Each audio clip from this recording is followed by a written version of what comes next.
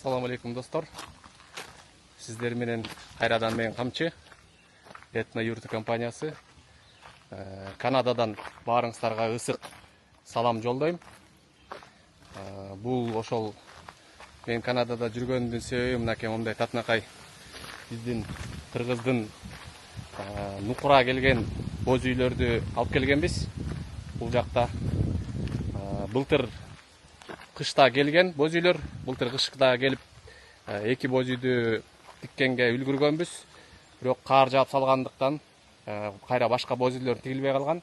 Анан ошол азыр кайра келип, мынакей монтип боз үйлөрдү куруп жаткан маалыбыз. Жалпысынан 8 боз үй. Бул жакта 1-2 жетөөсүн бүттүм. Жетөөсү эмес, 6оосу толук бүттү. Анан кийин мынакей тетиякта 8-чи боз үй, ал 8-чи боз үйдү кичине көбүрөөк убакытта тигилчүдөй. Себеби дегенде кышында ошол боз үйдүн үстүнө макта өзүңөр көрүп атасыңар, ол бактар кулаган.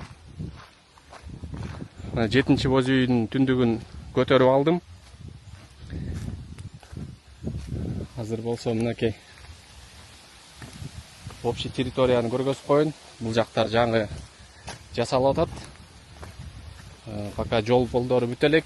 Анан кийин бул боз үйлөрдүн өзгөчөлүгү бул кыш бою турат бул жакта.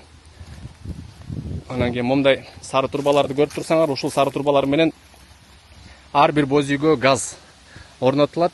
Тетиги жерден газ келип кошулат. Анан боз үйдө газовый каминдер болот. Ошол газовый каминдер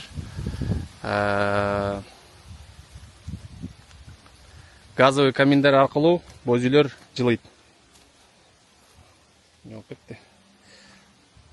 Боз үйлөр жылыйт.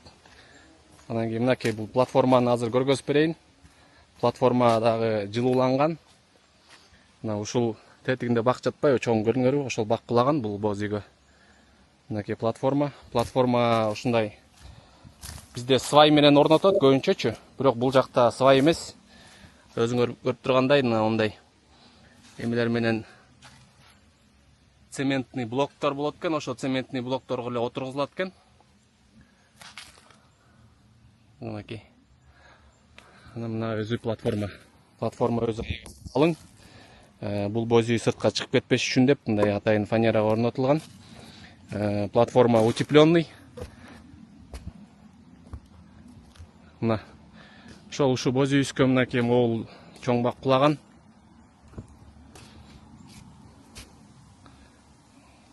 Бул бак эмес, тетиги бак кулаган.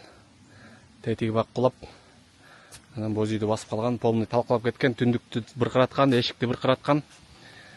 Болгону мындай 2 кереге, тиякта 1 кереге, 3 кереге соо калган.